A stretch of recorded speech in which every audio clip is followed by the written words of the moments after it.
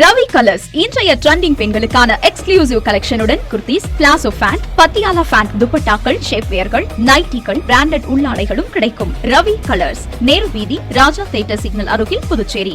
வணக்கம். முக்கிய செய்திகள். புதுச்சேரியில் ஆளுநர் மாளிகைக்கு மீண்டும் வெடிகுண்டு மிரட்டல். பொதுமக்களிடையே பேசு பொருளான காவல்துறையின் நடவடிக்கை. சட்டம் ஒழுங்கு சீர்குலைப்பவர்கள் மீது இரும்பு கரம் கொண்டு அடக்குமுறையை பயன்படுத்தலாம். காவல்துறை தலைவர் அதிகாரிகளுக்கு உத்தரவு.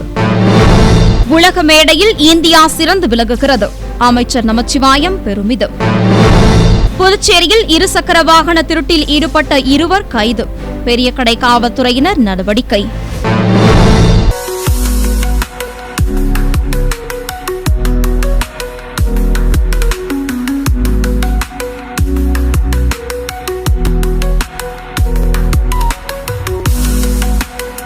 இனி விரிவான செய்திகள். புதுச்சேரியில் ஆளுநர் மாளிகைக்கு மீண்டும் மர்ம நபர் வெடிகுண்டு மிரட்டல் விடுக்கப்பட்டுள்ளது பொதுமக்களிடையே பேசுபொருளாகியுள்ளது. புதுச்சேரியில் கடந்த 2 மாதங்களாக ஜிப்மர் மருத்துவமனை, பிரெஞ்சு தூதரகம், துணைநிலை ஆளுநர் மாளிகை, மாவட்ட ஆட்சியர் அலுவலகம், முதலமைச்சரின் இல்லம் ஆகியவற்றிற்கு தொடர்ந்து வெடிகுண்டு மிரட்டல் வந்த வண்ணம் இருக்கிறது. அவ்வப்போது வெடிகுண்டு நிபுணர்கள் மோப்பநாய் உதவியுடன் காவல்துறையினரும் சோதனை நடத்திய போது அது வெறும் புரளி என்பதும் தெரியவந்தது. ஒவ்வொரு முறை வெடிகுண்டு மிரட்டல் வரும்போதும் இதனை சாதாரணமாக எடுத்துக் கொள்ளாமல் காவல்துறையினர் சோதனை நடத்துவது வாடிக்கையாக இருந்து வருகிறது. இந்நிலையில் மீண்டும் மே 9ஆம் தேதி காலை துணைநிலை ஆளுநர் மாளிகைக்கு மர்ம நபர் மின்னஞ்சல் மூலம் வெடிகுண்டு மிரட்டல் அனுப்பியுள்ளார். உடனே காவல்துறையினர் ஆளுநர் மாளிகைக்கு சென்று ஒவ்வொரு இடமாக சோதனை நடத்தினர். ஆனால் வெடிகுண்டு எதுவும் கிடைக்கவில்லை. இந்த தகவலும் புரளி என்று தெரியவந்தது. இதற்கிடையே வெடிகுண்டு மிரட்டல் விடுத்து வரும் நபரை பிடிக்க முடியாமல் காவல்துறையினர் திணறி வருகின்றனர். மேலும் அந்த நபரை விரைவில் பிடிக்க வேண்டும் என்றும் பொதுமக்கள் கோரிக்கை வைத்து வருகின்றனர். புதுச்சேரியில் சட்டம் ஒழுங்கை சீர்குலைப்பவர்கள் மீது கடும் நடவடிக்கை எடுத்த பின்பு தகவல் சொல்லலாம் என காவல்துறையினருக்கு உத்தரவு பிறப்பிக்கப்பட்டுள்ளது ரவுடிகளிடையே பதற்றத்தை ஏற்படுத்தியுள்ளது. புதுச்சேரியில் ரவுடிகளின் அட்டூழியம் மீண்டும் தலை தூக்க துவங்கியுள்ளது. இதையடுத்து துணைநிலை ஆளுநர் கைலாசநாதன் காவல்துறை உயர் அதிகாரிகளை அழைத்து ரவுடிகள் மீது கடும் நடவடிக்கை எடுக்க வேண்டும் என்று உத்தரவிட்டார். இதனைத் தொடர்ந்து சட்டம் ஒழுங்கு காவல்துறையினரின் அவசர கூட்டம் காவல்துறை தலைமையகத்தில் காவல்துறை தலைவர் அஜித்குமார் சிங்லா தலைமையில் நடைபெற்றது. துணைத் தலைவர் சத்யசுந்தரம், சட்டம் ஒழுங்கு முதுநிலை காவல்துறை கண்காணிப்பாளர் கலைவாணன், அனைத்து காவல்துறை கண்காணிப்பாளர்கள், ஆய்வாளர்கள், துணை ஆய்வாளர்கள் பங்கேற்றனர்.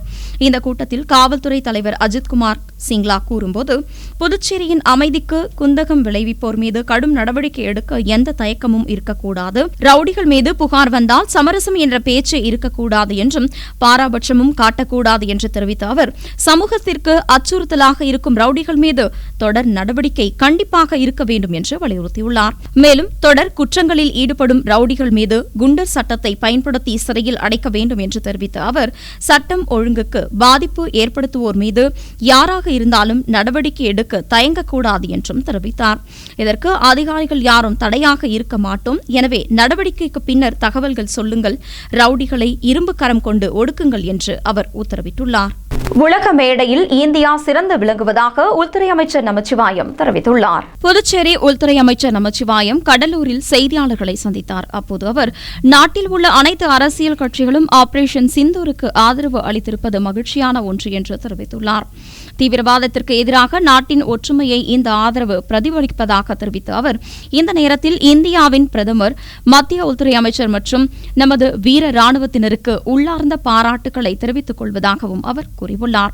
உலக மேடையில் இந்தியா சிறந்து விளங்கிக் கொண்டிருக்கிறது என்பதை இந்த ஆபரேஷன் சிந்தூரின் வெற்றிகரமான செயல்பாடு மீண்டும் நிரூபித்துவிட்டதாக தெரிவித்த அவர், இத்தகைய சூழல் நிலையில் ஒவ்வொரு குடிமகனும் முழுமையான ஒத்துழைப்பை வழங்க வேண்டும் என்றும், அரசு எடுக்கும் நடவடிக்கைகளுக்கு இந்த நேரத்தில் அனைவரும் ஆதரவு வழங்குவது இந்தியர்களின் கடமையாகும் என்றும் அமைச்சர் நமச்சிவாயம் வலியுறுத்தியுள்ளார். புதுச்சேரியை பொறுத்த வரைக்கும் இந்த தீவிரவாத அமைப்பிலிருந்து பாதுகாப்பதற்கு அனைத்து விதமான நடவடிக்கையும் எடுக்கப்பட்டிருக்கின்றது. போர் ஒத்திகை நிகழ்வானது சிறப்பான முறையிலே நடந்தேறி இருக்கின்றது. அது மட்டும் இல்லாமல் இன்றைக்கு எந்த நேரமும் நம்முடைய காவல்துறை விழிப்போடு இருந்து கொண்டிருக்கின்றது, கண்காணித்து கொண்டிருக்கின்றது. எந்த சூழலையும் சமாளிப்பதற்கு புதுச்சேரி காவல்துறையானது தயாராக இருக்கின்றது. புதுச்சேரியில் இருசக்கர வாகன திருட்டில் ஈடுபட்ட வாலிபர்களை பெரியகடை காவல்துறையினர் கைது செய்தனர்.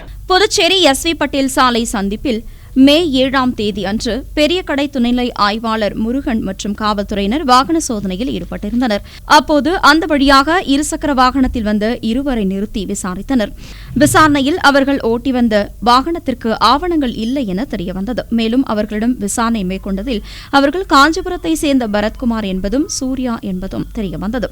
அவர்கள் ஓட்டி வந்த இருசக்கர வாகனம் ஈஸ்வரன் கோவில் பகுதியில் திருடியதை அவர்கள் ஒப்புக்கொண்டனர். தொடர்ந்து காவல்துறையினர் அவர்கள் மீது வழக்கு பதிவு செய்து கைது செய்து இருசக்கர வாகனத்தையும் பறிமுதல் செய்தனர். மனித சமுதாயம் எதிர்கொள்ளும் பல சிக்கல்களுக்கான தீர்வு காணும் நூலான கம்பராமாயண தத்துவத்தை இளைஞர்கள் பின்பற்ற வேண்டும் என துணைநிலை ஆளுநர் தெரிவித்துள்ளார். புதுச்சேரி கம்பன் கழகம் சார்பில் 58ஆம் ஆண்டு கம்பன் விழா மே 9ஆம் தேதி தொடங்கி 3 நாட்கள் நடைபெறுகிறது. இந்நிலையில் இதன் தொடக்க விழா கம்பன் கலையரங்கில் நடைபெற்றது. விழாவில் கலந்து கொண்ட துணைநிலை ஆளுநர் கைலாசநாதன் மலர் தூவி புகழஞ்சலி செய்து கம்பன் விழாவை தொடங்கி வைத்து பேசினார். நிகழ்ச்சியில் பேசிய அவர் 1966ஆம் ஆண்டு தொடங்கப்பட்ட புதுச்சேரி கம்பன் கழகம் தொடர்ந்து 58 ஆண்டுகளாக கம்பன் விழாவை சிறப்பாக நடத்தி தெய்வ மகாகவி கம்பனின் கம்ப ராமாயணத்தின் புகழை பரப்பி வருவதாக தெரிவித்தார். மேலும் கம்பரை பற்றி பேசும் அளவிற்கு தனக்கு தமிழில் புலமை கிடையாது என்று தெரிவித்த அவர் சுமார் 45 ஆண்டு குஜராத்தில் பணி செய்துவிட்டு புதுச்சேரிக்கு வந்த பிறகுதான் தன்னுடைய தமிழ் அறிவை புதுப்பித்து வருவதாக தெரிவித்தார். இதில் ஏதும் தவறு இருந்தால் தமிழ் அறிஞர்கள் பொறுத்துக் கொள்ள வேண்டும் என்று தெரிவித்த அவர் கால வரலாற்றில் எத்தனையோ காவியங்கள் தோன்றுகின்றன, எத்தனையோ புலவர்கள் தோன்றுகிறார்கள். ஆனால் எல்லா காவியங்களும் புலவர்களும் காலத்தை கடந்து புகழோடு நிலைப்பது இல்லை. மிக சில காவியங்களே மக்களின் எண்ணத்தோடும் வாழ்வோடும் சமுதாயத்தின் உணர்வோடும் கலந்து அமர காவியமாக நிலைத்து நிற்கிறது. அதில் ஒன்றுதான் கம்பராமாயணம் என்று தெரிவித்தார். கம்பன் விழா என்பது ஒரு இலக்கிய விழா மட்டுமல்ல, தமிழ் மொழியின் பெருமையை, நம்முடைய பண்பாட்டின் ஆழத்தை, மனிதநேயத்தின் விலாசத்தை எடுத்து செல்லும் விழாவாக உள்ளது என்று தெரிவித்த அவர் திருக்குறள் போல கம்பராமாயணமும் மனித சமுதாயத்திற்கான வாழ்வியல் கருத்துக்களை, வாழ்க்கை தத்துவங்களை எடுத்து சொல்வதாக தெரிவித்தார். இன்றைய காலகட்டத்தில் மனித சமுதாயம் எதிர்கொள்கிற பல சிக்கல்களுக்கான தீர்வுகள் கம்பராமாயணத்தில் உள்ளதாக தெரிவித்த அவர் ஒரு அரசனின் பொறுப்பு, குடிமகனின் நலம், நேர்மையான வாழ்க்கை, நம்பிக்கையான உறவு எல்லாம் இந்த காவியத்தில் இருப்பதாகவும் சுட்டிக்காட்டினார். இந்தியா முழுவதும் உள்ள மக்கள் எல்லோரும் சகோதரத்துவ உணர்வோடு வாழ்கிறார்கள் என்பதை மிக அழகாக எடுத்து கூறிய காவியம் கம்பராமாயணம் என்று தெரிவித்த அவர் இந்த விழா எடுத்து நாம் கம்பரை போற்றினால் மட்டும் போதாது, அவர் காட்டிய வழியில் வாழ வேண்டும். நீதி, சமத்துவம், நல்ல ஒழுக்கம், சமய ஒற்றுமை இவற்றை நம்முடைய வாழ்க்கையில் கொண்டு வர வேண்டும் என்று தெரிவித்தார். இளைஞர்கள் கம்பராமாயணத்தை ஒரு பழைய காவியம் என்று நினைக்காமல் மனித குலத்தை வழிநடத்தக்கூடிய அதன் வாழ்வியல் தத்துவத்தை உணர்ந்து செயல்பட வேண்டும் என்றும் துணைநிலை ஆளுநர் கைலாசநாதன் அறிவுரை வழங்கியுள்ளார். கம்பர் எழுதிய ராமாயணம் நூற்றாண்டுகளை கடந்து உலக அளவில் தமிழ் மக்கள் மத்தியில் ராமன் இன்று கடவுளாக வாழ்ந்து கொண்டிருக்கிறார் என்றால் அதற்கு கம்பர் ஒரு முக்கிய காரணம் என்றுதான். எந்த காவியம் மக்களின் வாழ்வியலோடு கலந்து இருக்கிறதோ அது காலத்தை ஜெயிக்கிறது என்பதை நாம் மறந்துவிடக்கூடாது. ஆகவேதான் என்னை பொறுத்தவரையில் கம்பன் விழா என்பது ஒரு இலக்கிய விழா மட்டுமல்ல, தமிழ் மொழியின் பெருமையை, நம்முடைய பண்பாட்டின் ஆழத்தை, மனித நேயத்தின் விசாலத்தை எடுத்து சொல்கிற ஒரு விழாவாக இதை பார்க்கிறேன். தேசிய வேளாண் மாநாட்டில் எதிர்வரும் 2030ஆம் ஆண்டிற்குள் புதுச்சேரியில் செயல்படுத்தப்பட உள்ள திட்டங்கள் குறித்தான தகவல்களை அமைச்சர் ஜெயக்குமார் அறிவித்தார். புதுடெல்லியில் நடைபெற்ற காரி பருவத்திற்கான தேசிய வேளாண் மாநாட்டில் புதுச்சேரி அரசு சார்பில் வேளாண் துறை அமைச்சர் தேனி ஜெயக்குமார் கலந்து கொண்டார்.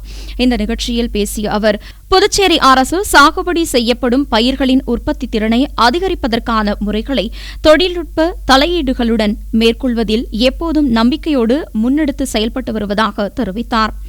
மேலும் கடந்த 10 ஆண்டுகளில் பயிர் பல்வகைப்படுத்தலின் வளர்ச்சி குறிப்பிடத்தக்கதாக இருந்தது. இப்போது இந்த யூனியன் பிரதேசம் இந்த ஆரோக்கியமான முன்னேற்றத்தை விரைவுபடுத்த ஒரு லட்சிய தொலைநோக்கை உருவாக்கியுள்ளது என்று தெரிவித்த அவர் 2025ஆம் ஆண்டிற்குள் பருப்பு வகைகள், எண்ணெய் வித்துக்கள், சிறுதானிய பயிர்கள், காய்கறிகள் ஆகியவற்றின் உற்பத்தியை இரட்டிப்பாக்கி 2030ஆம் ஆண்டுக்குள் அதை 3 மடங்காக உயர்த்த திட்டமிடப்பட்டுள்ளது என்றும் இது தண்ணீரின் பயன்பாட்டை பாதியாக குறைப்பதின் மூலம் விவசாயியின் வருமானத்தை உயர்த்தும் என்று எதிர்பார்க்கப்படுவதாகவும் தெரிவித்துள்ளார்.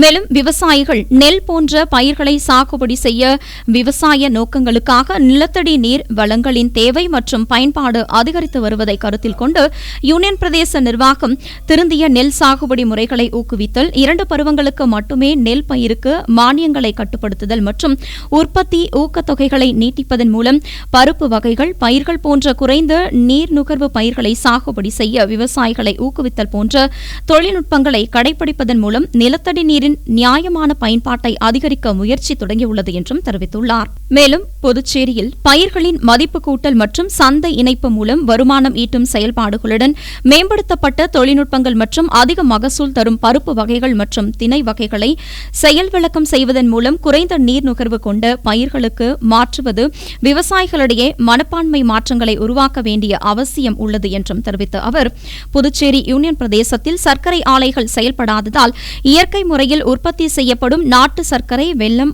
உற்பத்தியில் கவனம் செலுத்துவதற்காக ஒரு விவசாயிகள் உற்பத்தியாளர் அமைப்பை நிறுவ வேண்டிய அவசியம் ஏற்பட்டுள்ளது என்றும் தெரிவித்துள்ளார்.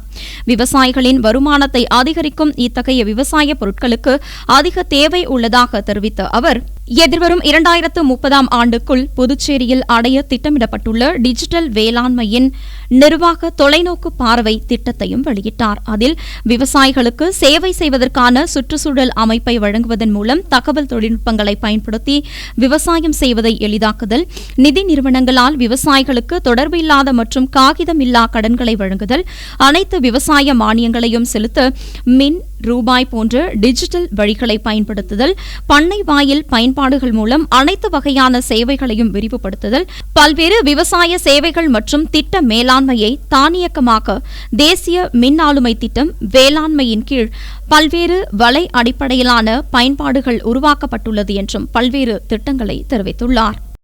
புதுச்சேரி காவல்துறையில் பணியாற்றி வரும் சிறப்பு நிலை உதவி துணை ஆய்வாளர் உள்ளிட்ட 20 பேர் அதிரடியாக இடமாற்றம் செய்யப்பட்டுள்ளனர். புதுச்சேரியில் கடந்த சில தினங்களாக சட்டம் ஒழுங்கு சீர்குலைந்து வருவதாக பல்வேறு குற்றச்சாட்டுகள் எழுந்து வருகிறது. இதனை தடுக்கும் விதமாக துறை சார்பில் பல்வேறு அதிரடி முடிவுகள் எடுக்கப்பட்டு வருகிறது. இதன் தொடர்ச்சியாக புதுச்சேரி காவல்துறையில் பணியாற்றி வரும் சிறப்பு நிலை உதவி துணை ஆய்வாளர் உட்பட 20 பேர் இடமாற்றம் செய்யப்பட்டுள்ளனர்.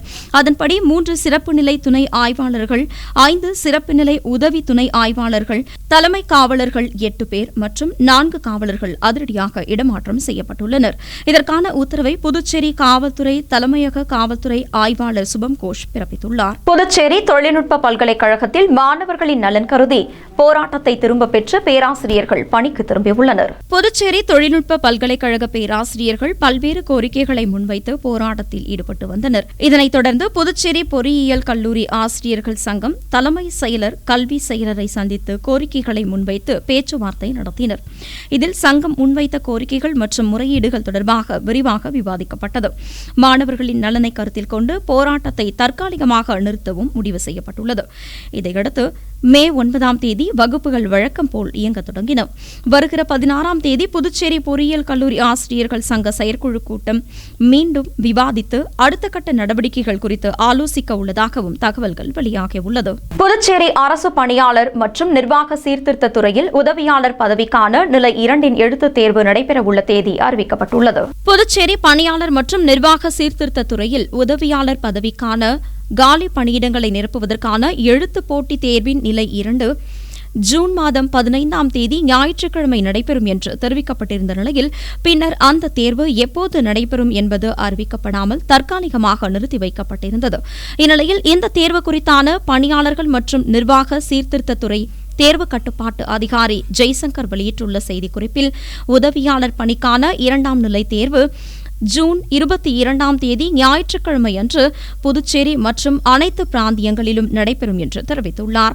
மேலும் நுழைவு சீட்டு பதிவிறக்கம் செய்து கொள்ளும் தேதி, சான்றிதழ் புதுப்பிப்பது உள்ளிட்ட பல்வேறு தகவல்கள் பின்னர் தெரிவிக்கப்படும் என்றும், மேலும் இதுகுறித்த பல்வேறு சந்தேகங்களுக்கு recruitment.py.gov.in என்ற இணையதள முகவரியில் விண்ணப்பதாரர்கள் பார்த்து தெரிந்து கொள்ளலாம் என்றும் தெரிவிக்கப்பட்டுள்ளது.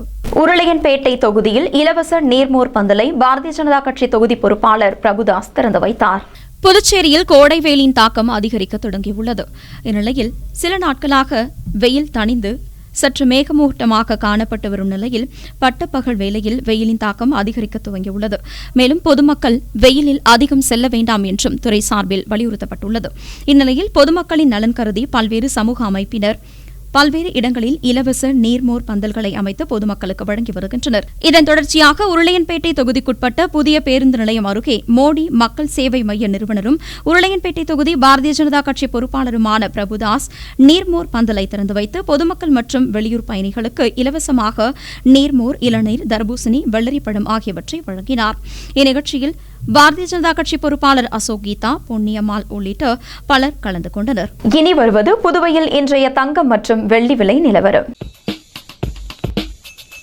இன்றைய தங்கம் வெள்ளி விலை விவரம். புதுவையில் இன்றைய தங்கம் வெள்ளி விலை விவரம் வழங்குபவர்கள் முத்து கோல்ட் ஹவுஸ், பாண்டிச்சேரி. தங்கம் 1 கிராம் 9,015 ரூபாய். இன்றைய தங்கம் வெள்ளி விலை விவரம். வெள்ளி 10 கிராம் 1,070 ரூபாய். இத்துடன் ஏஎம்என் செய்திகள் நிறைவடைந்தன. வணக்கம்.